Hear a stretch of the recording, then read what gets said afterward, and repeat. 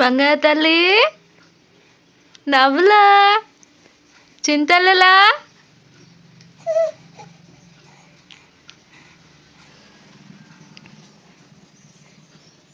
Hello అండి, అందరు ఎలా ఉన్నారు? మంచిగా ఉన్నారా? నేనైతే చాలా చాలా బాగున్నాను. మీరందరు కూడా బాగుండాలని మనస్ఫూర్తిగా అయితే కోరుకుంటున్నాను. Welcome to our channel Priyaraju heartful life. అందరు మంచిగా ఉన్నారా?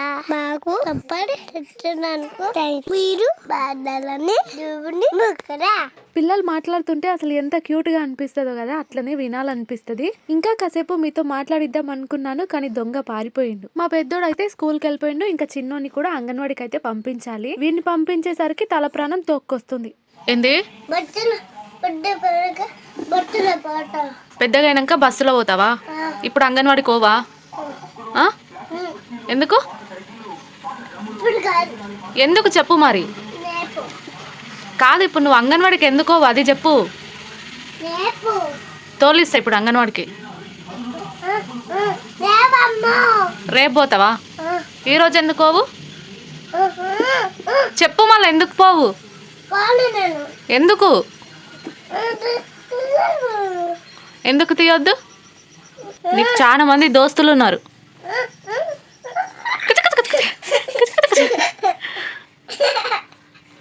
నువ్వు దగ్గరికి రా. వాడికి ఏమన్నా పని చెప్పినాం అనుకో, వాడు ఏమంటాడు తెలుసా? నేను చిన్నగా ఉన్నామా, నాకు చేయనికే రాదు.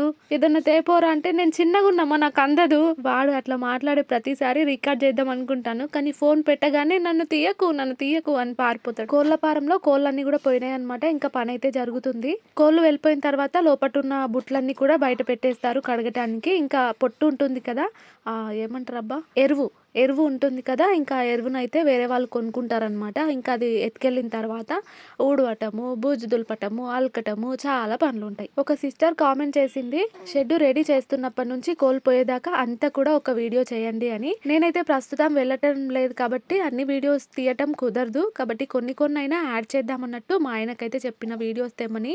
ప్రతిసారి అలికే పని వేరే విధంగా చేసేవారు, ఈసారి వేరే విధంగా చేస్తున్నారు. మొత్తం ఊడ్చిన తర్వాత మొత్తం పొట్టు ఉంటుంది కదా ఎరువు, ఆ ఎరువు అంతా ఎత్తేస్తారు.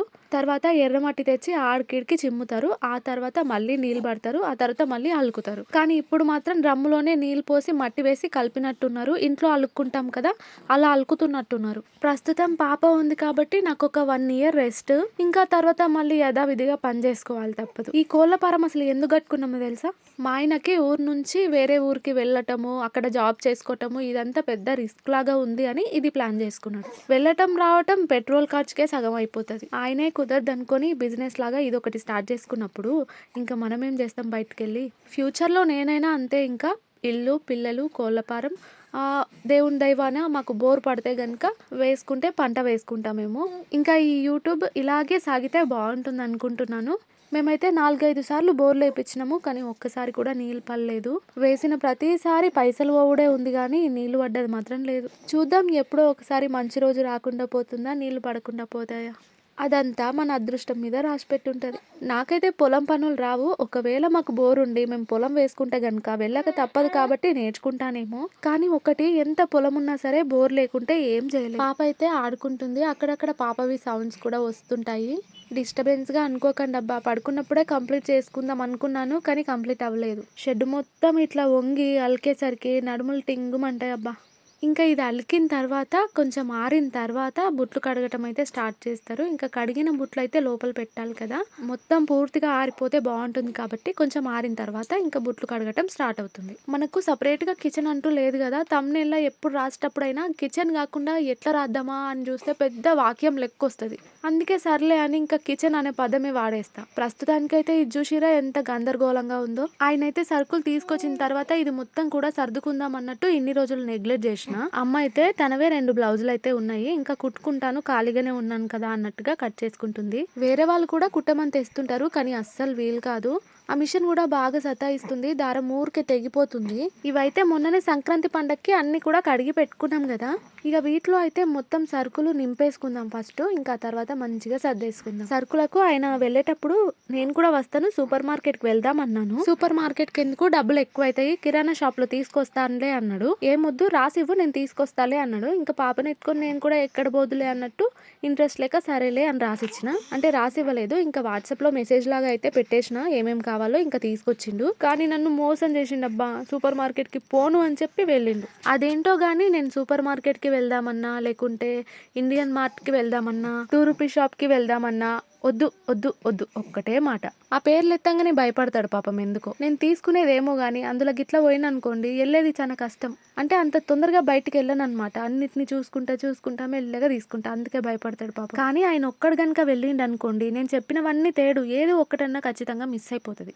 ఆ టైంలో రఘువరన్ బీటెక్ మూవీలో ఒక సీన్ ఉంటది కదా, హీరోకి హీరోయిన్ కి మధ్య సరుకుల సీన్, అది గుర్తొస్తుంది. అలా అరవాలనిపిస్తుంది. డబ్బాలు మొన్నే తోమేం కాబట్టి చాలా నీట్గా ఉన్నాయి, ఇంకో వారం 10 రోజులు ఆగితే ఎప్పట్లాగా అవుతాయి. నేను చెప్పిన వాటిని కొన్నిటిని మిస్ చేసిండు అన్న కదా, ఇక అందుకే అరుస్తున్నా. వాషింగ్ మిషన్ లిక్విడ్ కూడా చాలా చిన్నది తీసుకొచ్చిండు, అది ఎన్ని రోజులు అవుతుంది. అయినా సరుకులు మామూలు రేట్లు లేవండి బాబు. నిజంగా అబ్బా, ఈ జనరేషన్ లో ఒక్కరు గనుక కష్టపడ్డారనుకోండి ఇల్లు గడుస్తుందేమో, కానీ కొన్నిసార్లు మాత్రం చాలా కష్టంగా గడుస్తుంది. ఇంట్లో సరుకులు అయిపోయి చాలా రోజులు అయిపోయింది, ఇంకా కొంచెం కొంచెం షాప్ దగ్గరనే తెచ్చుకుంటున్నాము. సరుకుల రేట్లన్నీ కూడా మిడిల్ క్లాస్ వాళ్ళు కొనాలంటే భయపడేలా పెరిగిపోతున్నాయి అబ్బా. నాకు ఈ పప్పులన్నీ డబ్బాల్లో విప్పి పోసేటప్పుడు ఒకటి అనిపిస్తుంది, అక్షయ పాత్ర అని ఉంటుంది కదా, అయిపోయే కొద్దీ ఊరుతా ఉంటాయి, ఈ డబ్బాలు కూడా అట్లుంటే బాగుంటది కదా, మనం తీస్తా ఉంటే అవి ఊరుతా ఉంటాయి. ఇలాంటి టైంలోనే ఇంకొకటి అనిపిస్తుంది, ఆశకి హద్దు ఉండాలి అని. వాషింగ్ మిషన్ ఉంది కదా అని బట్టల సబ్బులు కూడా తేలేదబ్బా. పిల్లలు బట్టలు విండాల్సి వస్తుంది కదా, సబ్బులు ఉండాలి కదా. నేను సబ్బులు అని రాసిన అంతే, పేయి సబ్బులా బట్టల సబ్బులా అని రాయలేదు. అందుకని పేయి సబ్బులు ఒక్కటి పట్టుకొచ్చిండు, బట్టల సబ్బులు తీసుకురాలేదు. అప్పుడు డబ్బాలలో మొత్తం సగం సగం పోసి మిగతావి పక్కకు తీసి పెట్టేదాన్ని, కానీ ఇంకా అలా ఎందుకులే అబ్బా అని మొత్తం కూడా ఒకేసారి పోసేస్తున్నా. ఇవి పప్పంచుకు వేయించుకుంటాం కదా, గొట్టాలు అంటారు మా సైడ్. మేము పల్లీలు పండించినప్పటికీ మళ్ళీ పల్లీలు బయట కొనాల్సి వస్తుంది, ఎందుకంటే అది మా ఆయన వల్లే. ఏదైనా సరే ఇంటికి తీసుకురమ్మని అనుకోండి, ఆ తెత్తంలే ఆ సుత్తంలే అన్నట్టు నిదానం చేస్తాడు, ఇంకా అప్పటి వరకు అవి మాకు దక్కవు.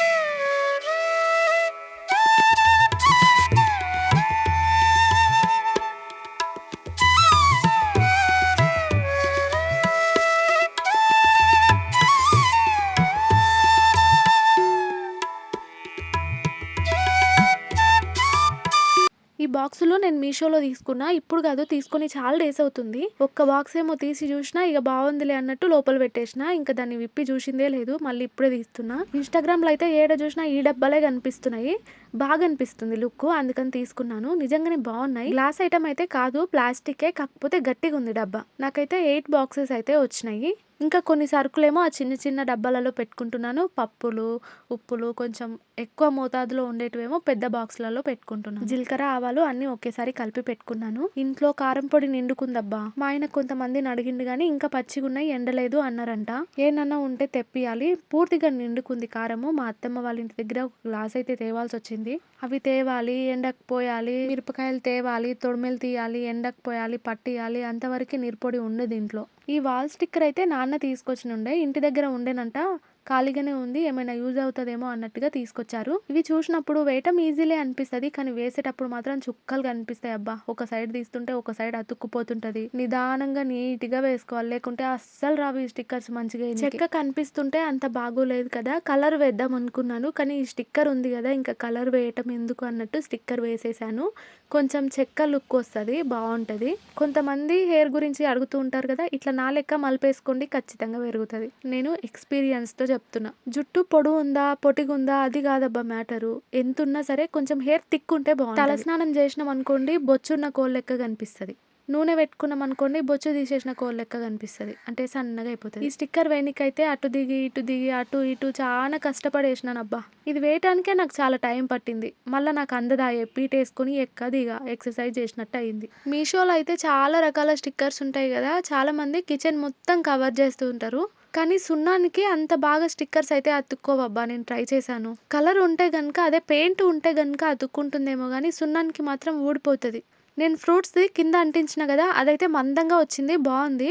కానీ ఇప్పుడు నేను వేస్తున్నాను కదా! అది మాత్రం పల్చగా ఉందనమాట. అదైతే ఖచ్చితంగా ఊడిపోతది. మందంగా వాల్ స్టిక్కర్స్ ఉంటే గనుక ఉంటదేమో. కాకపోతే పల్చగా ఉన్నాయయితే అస్సలు ఆగవు. ఎందుకంటే నేను ఒకసారి ట్రై చేశాను. ఇంకా డబ్బాలలో అన్ని సరుకుడు కూడా ఇంకా ఈ బాక్స్‌లలో అన్నింటిలో కూడా సరుకులైతే నింపేశాను. ఇంకా వీటిని మంచిగా సర్దేసుకుంటాను. ఆ వాల్ స్టిక్కర్స్ నేను పైన మాకు మట్టి రాలుతది గదా! చెక్క ఉంది గదా! ఆ చెక్కకు మొత్తం అంటిద్దాం అనుకున్నాను. కానీ నా ఒక్కదాని వల్ల అయ్యే పని గాదు. నాకు అందదు గూడా అది. ఈ చెక్క మీదయితే టీ పౌడరు, షుగరు అలాంటివయితే పెట్టుకుంటున్నాను. జీలకర్ర, ఆవాలు కొంచెం మనకి ఎప్పుడూ అందుబాటులో ఉండేటట్టుగా దగ్గరగా పెట్టుకున్నాను.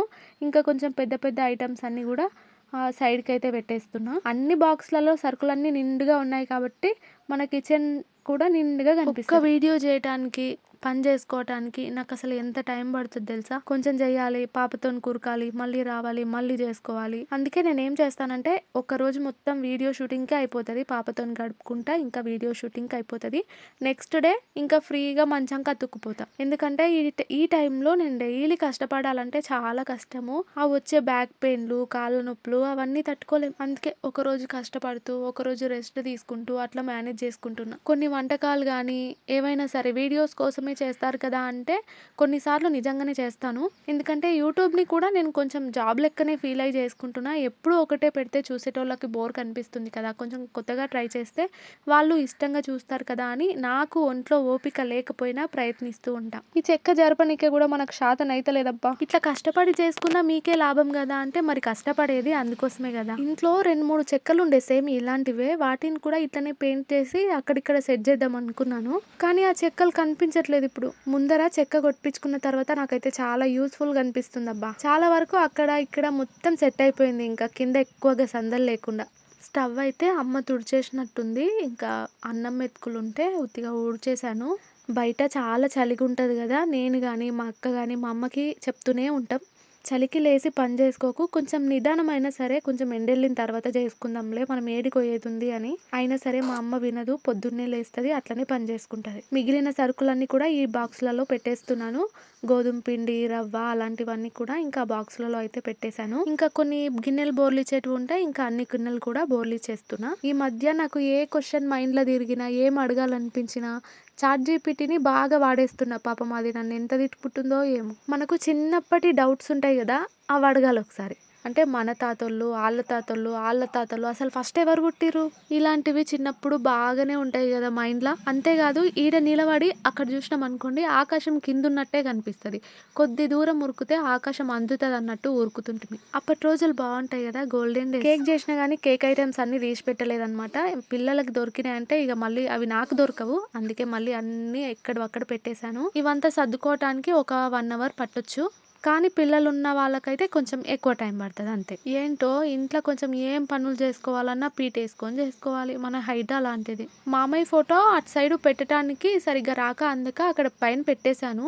మా ఆయనకు చెప్దాం అనుకుంటా మర్చిపోతా. మీలో ఎంతమందికుంది ఈ అలవాటు? అంటే ఒక గిన్నెలో వండుతాము. అదంతా ఇంకో గిన్నెలో ఊడ్చిపెడతాము. ఇంకా అవి తోమేస్తాము. డబల్ తోముడైతది. అయినా సరే ఇట్లనే చేస్తాం. నేనైతే అంతే. ఏమైనా ఫ్రైలు గనుక చేసిందనుకోండి అది మొత్తం ఒక గిన్నెలోకి ఊడ్చిపెట్టి అవి తోమేస్తా.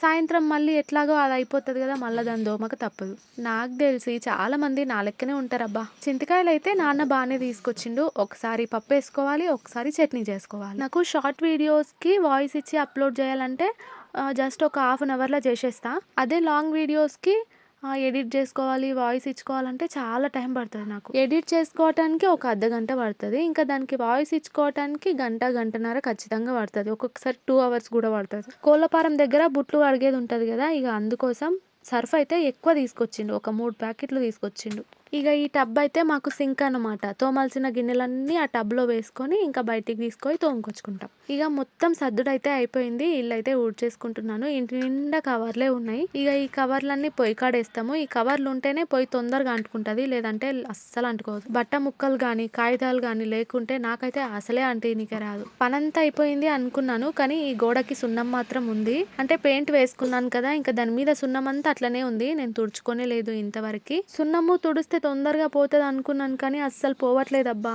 అదో పెంచ్ నన్ను ఇష్టపడుతున్న అందరికి నేను మా అమ్మ మాట బిందెను నేను అంగన్వాడికి పోను. పోవా? పోకు కానీ అను, నువ్వు ఇప్పుడు అంటావా నిన్ను అంగన్వాడికి తోలియాలా? లడ్డు మళ్ళా అను, నేను నేను అంగన్వాడికి అంగన్వాడి పోతా. ఇంటి దగ్గర ఒంటరిగా ఉన్నామని ఫీల్ అవుతాం కానీ ఇంట్లో పిల్లలు ఉంటే అసలు ఫుల్ టైం పాస్ అబ్బా. ముగ్గు అయితే కొంచెం తీసి ఆ తెల్ల డబ్బలో పోసి పెట్టుకున్నా, కానీ మా చిన్నోడు మొత్తం ముగ్గులు వేసిండు, ముగ్గంతా అయిపోగొట్టిండు. ఇక అందుకే మళ్ళీ కొంచెం అయితే తీసి పెట్టుకున్నా. ఇక మొత్తానికైతే మొత్తం కూడా సర్దేసుకున్నాను. ఇప్పుడు ఎలా ఉందో మీరే చెప్పాలి. ఏం కొత్తగా మేకోవర్స్ డిఐవైలు అలాంటివి అయితే ఏం చేయలేదు, జస్ట్ మొత్తం సర్దుకున్నాను అంతే. నచ్చితే గనుక తప్పకుండా ఒక లైక్ ఇచ్చేయండి అబ్బా.